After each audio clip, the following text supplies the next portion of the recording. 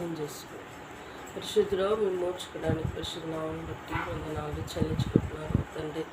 రాత్రులతో మాకు మంచి నిద్రనిచ్చాను. తిరిగి ఉదయకాలంలో ప్రభా నీ పాద సన్నిధికి వచ్చుటకు బలపరిచినందుకు వందనాలు. నీ వాక్యం ఉన్న వెలుగులో నడుచుటకు మాకు ఇచ్చిన వాక్యాన్ని బట్టి వందనాలు ప్రభా. మేలని స్వరం కూర్చొని మాతో మాట్లాడు. నామని బలపరించుకుని ఏసునామం స్తుతించి ప్రార్థించి వేడుకుంటున్నాను తండ్రి.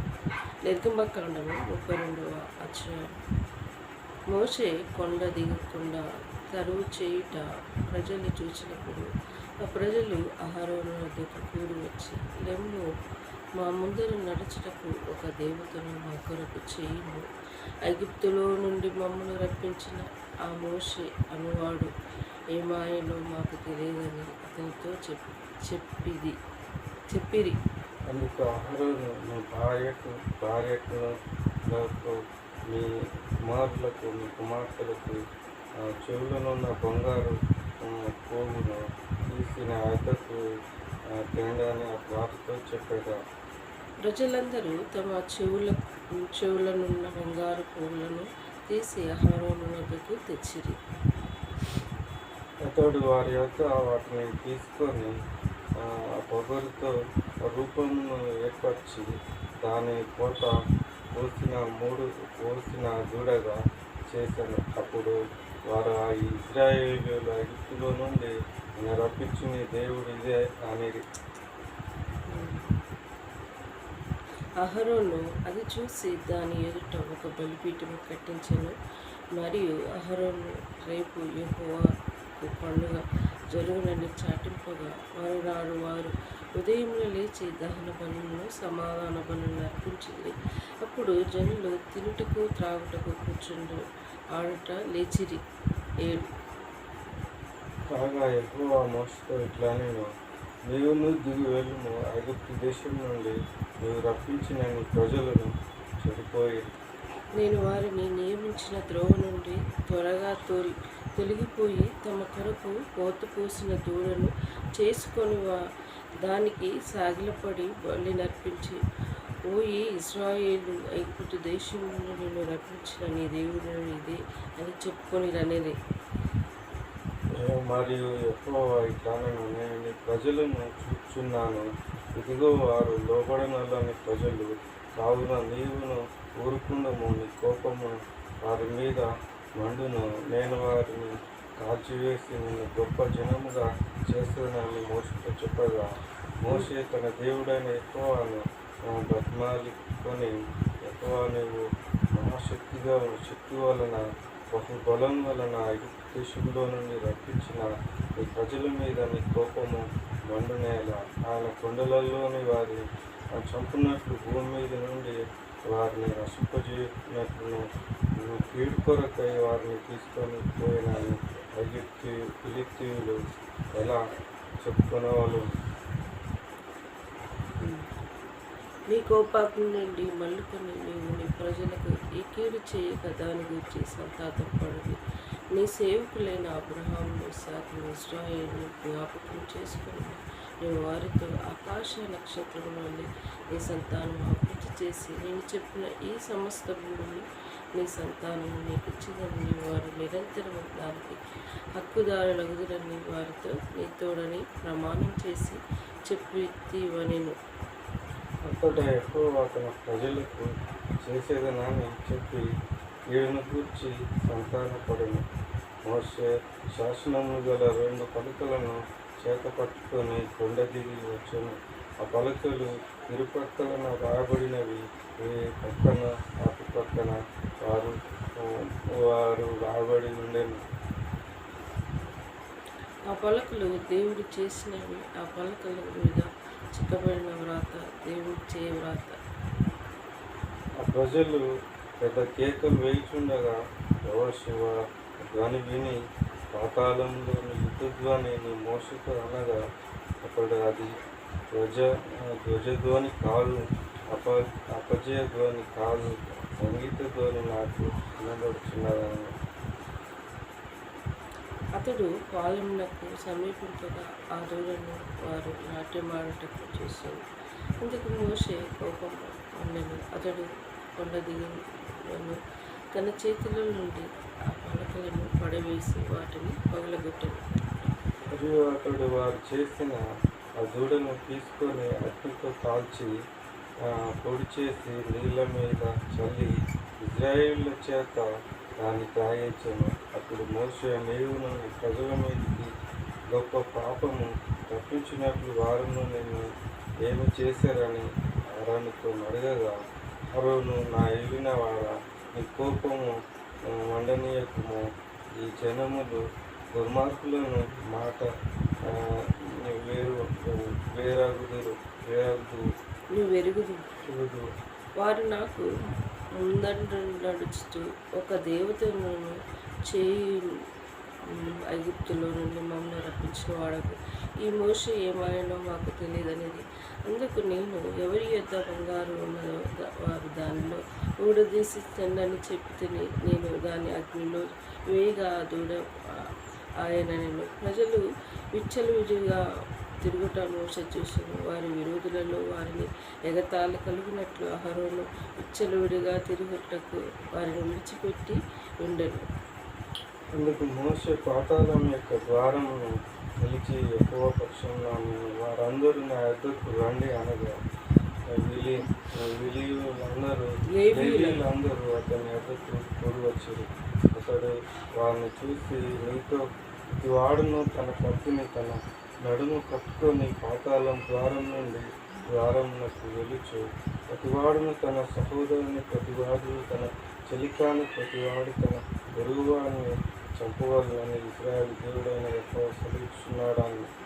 లేవీయులు మోషేను మాట చొప్పున చేయగా ఆ దినం ప్రజలలో ఇంచుమించు 3,000 మంది కూలి. ఏలయనగా మోషే వారిని చూసి, నేడు యెహోవా మిమ్మల్ని ఆశీర్వదించినట్టు మీలో ప్రతివాడు తన కుమారుని మీద పడియే గాని తన సహోదరుని మీద పడియే గాని యెహోవాకు మిమ్మల్ని మీరే ప్రతిష్ఠగా చేసుకున్నాడని. మరునాడు మోషే ప్రజలతో, మీరును గొప్ప పాపం చేసితిరి గనుక యెహోవా కొండ ఎక్కి వెళ్ళుదును. ఒకవేళ నీ పాపమునకు ప్రాయశ్చిత్తం చేయగలనైనమేమో అనని. అప్పుడు మోషే యెహోవా వద్దకు తిరిగి వెళ్ళి, అయ్యా, ఈ ప్రజలు గొప్ప పాపం చేసిరి. వారు బంగారు దేవతలను తమ కొరకు చేసిరి అనుకునేది. అయ్యో, నీవు వారి పాపమును ఒకవేళ పరిహరించితివా, లేని ఎడ్లను వాసిన నీ గ్రంథంలో నుండి నా పేరు తుడిచివేయమని బ్రతిమాలు కొంచెం. అందుకు యెహోవా, ఎవడు నా ఎదుట పాపం చేసినో వాని నా గ్రంథంలో నుండి తుడిచివేయుదును. కాబట్టి నీవు వెళ్ళి నేను నీతో చెప్పిన చోటికి ప్రజలను విప్పించుము. ఇదిగో నా దూత నాకును ముందుగా వెళ్ళును.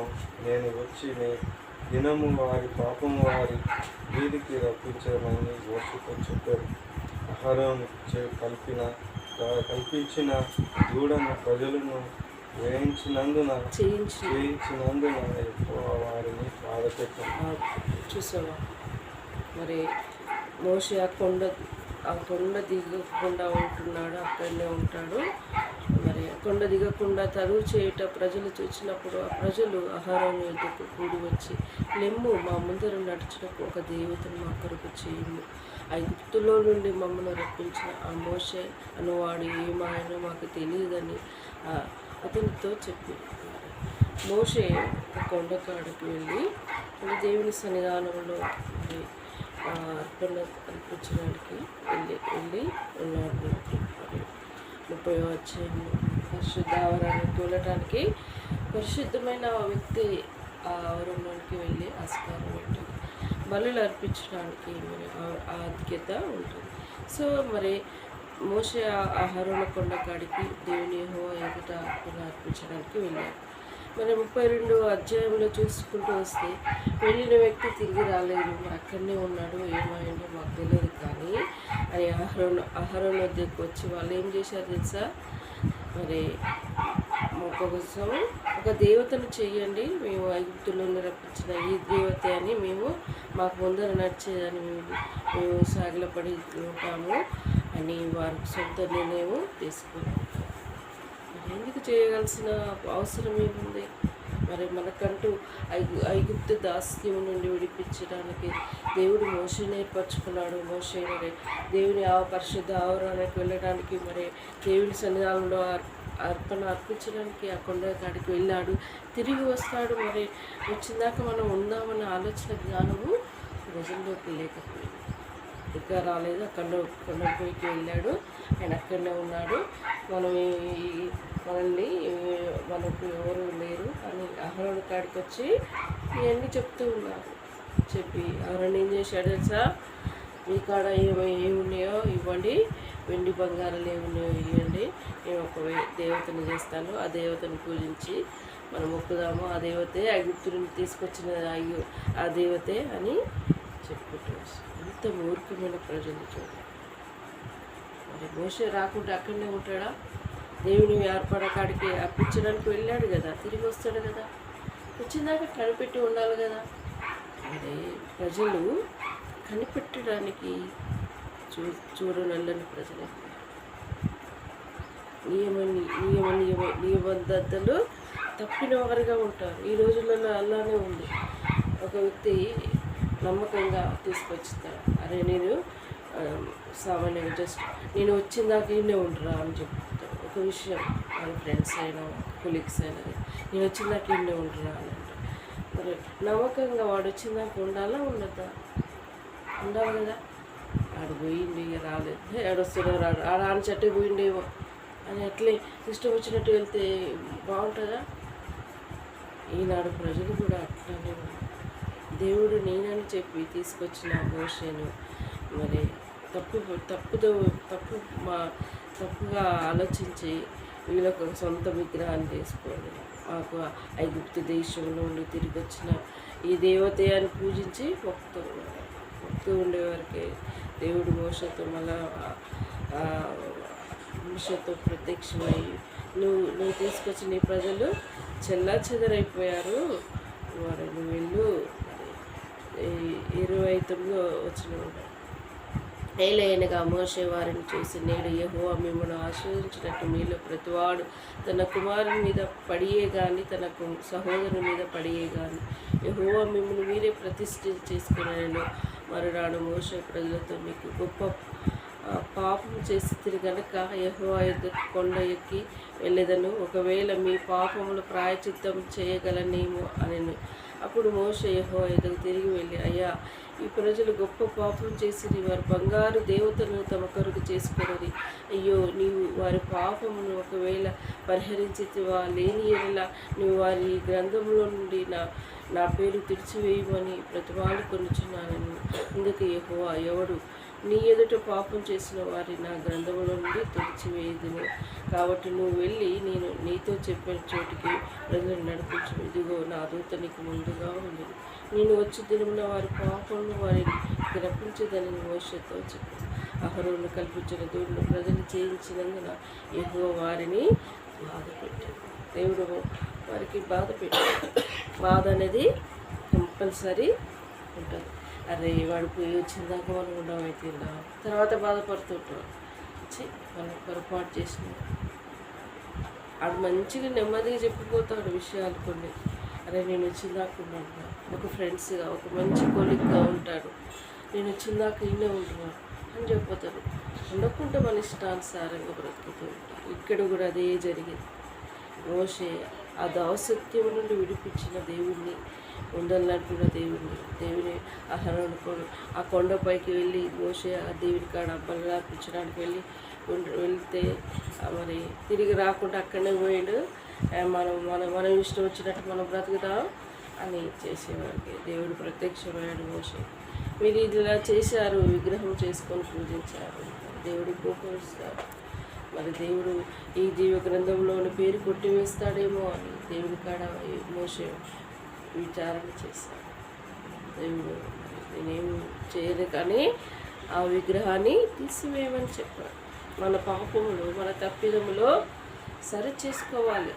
ఎదుటి వాళ్ళు చెప్పింది గ్రహించాలి, నమ్మకంగా ఉండాలి. నమ్మకం లేని బ్రతుకులు ఈనాడు చంచలత్వంగా జీవిస్తూ ఉంటారు. ఒక విషయంలో నమ్మకంగా ఉంటారు, తన సహోదరే కాకుండా ఇప్పుడు మన సొంత స్నేహితుడు, సొంత సహోదరు ఏదైనా చెప్పినప్పుడు వినాలి, సొంత వాళ్ళు చెప్పినది వినాలి. సో విన్ని తర్వాత తను ఏదైనా తప్పు చేసి అప్పుడు నువ్వు సరిచేయి, కానీ వినకుండా అది కరెక్ట్గా చెప్పు. అది నీ సొంత నిర్ణయం తీసుకుంటే తర్వాత నువ్వే బాధ అనిపిస్తుంది, వాడు చెప్పింది నేను వినలేదురా, ఆ బాధ నువ్వు అనుభవిస్తావా? ఇక్కడ కూడా వారిని బాధ పెట్టాడని వాక్యంలో చెప్పి అహరోను కల్పించిన దూడను ప్రజలు చేయించినందున వారిని నీ బాధ పెట్టాడు. మనం కూడా ఆ బాధ అనుభవిస్తాం. నీ సహోదరునైనా ఎవరైనా నీ సొంత వారు చెప్పింది ఫస్ట్ వినుకుంటే వాడు ఒకవేళ నీకు తప్పు చేసినట్టు అనిపిస్తే తర్వాత వానికి నువ్వు చేసింది తప్పురని నీ సొంత వాడే కదా, తప్పు తెలుసుకుంటాడు. వినకుండా మూర్ఖంగా మన ఇష్టం వచ్చినట్టు మనం ప్రవర్తిస్తే తర్వాత బాధ. ఆయన మంచి చేసేదో చేయందో తర్వాత నీకు తెలిసిపోతుంది కదా. ఎదుటి వ్యక్తిని నమ్మకతోనే తెలుసుకోతోనే మనము ముందుంది వేయకూడదు. ఫస్ట్ తెలుసుకోవడం మన జీవితంలో ప్రాముఖ్యమైనది. దేవుడి మాటలు దీవించి ఆశీర్వదించుగా ప్రార్థించుకున్నాం. పరిశుద్ధుడు విమోచకుడానికి పరిశుద్ధమైన నామాన్ని బట్టి వందనాలు ప్రభా. మోషేతో మాట్లాడిన దేవుడు నాడు మాతో కూడా మాట్లాడుతున్న తండ్రి అయినందుకు వందనాలు ప్రభా. ఐగుప్తు నుండి దాస్యం నుండి విడిపించిన నువ్వు ముందందు నడిపించిన ప్రజలు ప్రభా, వారి యొక్క క్షణంలో వారి మనసు మార్చివేయబడింది. అహరోను మరి మోషే ఆ పర్వతానికి వెళ్ళాడు, తిరిగి రాలేదు, ఇక్కడ వదిలిపెట్టిపోయాడు అనే ఆలోచన చంచలత్వమైన మనసు కలిగిన ప్రజలు ప్రభా మరి వచ్చిందాక ఉండలేదు దేవా. ఉండకుండా వారు సొంత నిర్ణయం తీసుకొని ఒక దూడను ప్రతిష్ఠించి మాకు ఈ దేవుడే ఐగుప్తు దాస్యం నుండి విడిపించిన ఈ దేవతే అని వారి బలులు అర్పించే విధంగా ప్రవర్తించారు ప్రభా. నువ్వు మోషేతో మాట్లాడినావు, తిరిగి వచ్చాడు మోషే. వచ్చిందాకా ఉండలేని మన ఓపిక లేని ప్రజలే ఉన్నారు ప్రభా. ఈనాడు నేడు అలానే ఉంది బ్రతుకులు. బాధ పెట్టేవి అహరోను ప్రజలని ఆ వ్యక్తులని బాధ పెట్టారు. యెహోవా సన్నిధితో మీరు చేసిన పాప దోషంలో బట్టి నేను విచారణ చేస్తాను మరి వెళ్ళాడు ప్రభా. మనుషులు ఒక వ్యక్తికి నమ్మకం లేని వ్యక్తులు ప్రభా, భయంకరమైన ఆ రోజుల్లో ఎలా ఉన్నదో ఈనాడు కూడా అలానే బ్రతుకుతున్నారు. నమ్మకం విశ్వాసం లేని బ్రతుకులైపోయారు. సొంత వారిని ప్రేమించలేని వ్యక్తులు దేవా. ఎదుటి వారు చెప్పింది గ్రహించలేని వ్యక్తులు ప్రభా. ఇలాడు మనుషులని ఏ విధంగా మోసపరుస్తున్నారు దేవా. సహోదరు ప్రేమ లేని వారు, రక్త సంబంధం ప్రేమ లేని కుటుంబాలు, ఈనాడు ఫ్రెండ్షిప్ ప్రేమ లేని కుటుంబాలు. అయ్యో దేవా, ఎన్నో చూస్తూ ఉన్నాము నా తండ్రి. మహారాజా నీ దైవమైన మాటలు మా వెనుకల్లో ఉంచినందుకు నా కుటుంబాన్ని జ్ఞాపకం చేసి వాళ్ళకి జరిగిన కనుగొమలకు రక్షణ ఆనందం పరిపూర్ణం చేయండి. సత్యమైన వెలుగులో నడిచే భాగ్యాన్ని దయచేయి తండ్రి. నాన్న వారి రక్షణ రక్షణ దయచేయండి. వారితో పాపదోష శిక్షలు క్షమించండి. వారి తప్పులు గ్రహించే కృపను దయచేయండి ప్రభు. జ్ఞాపకం చేసుకోండి. నా కుటుంబాన్ని స్వహస్తాలకు అప్పచెప్పిన దయగలైనా నరకసముందని వరదాన్ని పాదాల సన్నిధిలో పెట్టారు. నా ఫ్రెండ్స్ని నాకంటూ పరిచయమైన వారందరినీ రక్షించి కాపాడమని కోరుకుంటున్నాను. అధికారుల్ని జ్ఞాపకం చేసుకో దేవా. నల్గొండ జిల్లా ప్రాంతాన్ని జ్ఞాపకం చేసుకో. సకాలంలో నైనా వర్షాలను మాకు మంచిగా అనుగ్రహించండి తండ్రి. జిల్లాలు, రాష్ట్రాన్ని, దేశాన్ని కృపలో భద్రపరుచుకో. ప్రపంచాన్ని మొత్తాన్ని నువ్వు సృష్టించిన దేవుడు ప్రభా. ఈ మానవుడే చెదిరిపోయిన వ్యక్తి, ఒక దేశానికి ఒక వ్యక్తి ఒక దేవుడు అని పూజించుకొని వారి ఇష్టానుసారంగా బ్రతికిన దినాలే ఉన్నాయి. ఆనాటి నుండి ఈనాటి వరకు అలానే ఉంది దేవా. కొందరు లోకరక్షకుడు మా కోసం జన్మించిన దేవాన్ని కొందరు తిరిగి రానయ్యున్న దేవాన్ని కొందరు ఈ రక్షణానందం ఎరగని చీకట్లో బ్రతుకుతున్న వారిని సంపూర్ణంగా రక్షించి కాపాడమని ప్రార్థిస్తాం. ఇంతవరకు చేసిన మేలుని బట్టి స్తుతిస్తాం. మా భవిష్యత్తు నిశ్చితమే మాయలా జరిగించారు. ఇచ్చిన వాగ్దానాలు నెరవేర్చండి. జాబుల్లో ముందర కృపద ఇచ్చారు. తమకి మ్యారేజ్ ఇచ్చిన మార్గం సరళపరచండి, సమకూర్చండి. నీ చిత్తంలో ఉన్నవారిని నడిపించండి. గృహంలో సంతోషం పరిపూరించండి. నేను కూడా లోనికి అప్రోచ్ అవటకులను దీవించండి. నా అక్కరని తీర్చబడటకు మార్గం సరళపరచండి ప్రభా. నా భవిష్యత్తు విషయంలో నీ చిత్తం మేము నా ఇలా జరిగించండి. అధికార శక్తులు సంపూర్ణ విడుదల శక్తి సాతానికలను చితుకు తప్పండి. ఇంతవరకు చేసిన మేలుని బట్టి గ్రామంలో సమృద్ధి అయిన నీరు అడిగి నీళ్ళని ఎలా వాడుకోవాలో జ్ఞానం కూడా దయచేయండి ప్రభా. నాకు ఇన్ని సంవత్సరాలు నీళ్ళు పెట్టే భాగ్యం వచ్చావు ప్రభా. రిటైర్మెంట్ స్టేజ్కి వచ్చాడు ప్రభా. మా ఇద్దరు భవిష్యత్తులో సెటిల్ అవుటకు మాకు సరళపరిచాడు. ఇంతవరకు ప్రేమించిన సమయాన్ని బట్టి బలంగా సెలకను డైరీ ఫామ్ పెట్టుకోవడానికి మాకు నిశ్చితమైతే దేవా నేను సక్సెస్ ఒకటి దీవించాను. ఏదేమైనప్పటికీ ప్రభా నీ చిత్తానుసారంగా మా జీవితాలు ముందుకెళ్ళటకు దీవించి ఆశ్రయించాలని కోరుకుంటూ మా భవిష్యత్తుని స్వహస్తాలకు అప్పచెప్పుకుంటూ నాకు ఇచ్చిన భాగ్యం ఉంటున్నాను. చిన్న కుటుంబానిగా వారి ఫైనాన్షియల్ ప్రాబ్లం వారి అక్రియలు తీర్చండి. జీతాలు పడే కృపను వీళ్ళని దీవించండి. వారి అక్రియలన్నీ మా విషయంలో తీర్చండి. ఆయన రక్షించండి, కాపాడండి.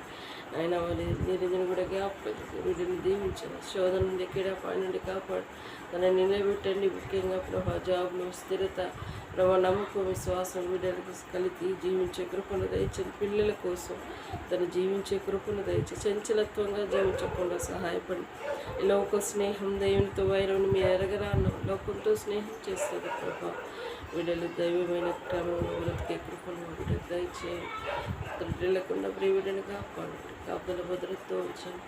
వీడి నా విమ్మ కావ్య స్టడీ భవిష్యత్తు బిడ్డలు త్రుటిల్లకుండా కాపాడండి. చిత్తం మీ వారి ఎలా జరిగించండి ప్రభానికి వందనాలు. ఇంతవరకు చేసిన మేలుని బట్టి స్థుతిస్తూ మా భవిష్యత్తుని స్వహస్తాలకు అప్పచు ఘనత ప్రభావం పొందాను. తగ్గించుకుంటూ నీ నామం హెచ్చించుకుంటూ యేసు నామంలో అతి వినయంగా వేడుకుంటున్నాను తండ్రి. యేసు రక్తం వేయించి సెల్వ రక్తం వేయించి యేసున సంపూర్ణ విజయం కలుగునుగాక. అపవాది క్రియల అనంతం నాశనమగునుగాక.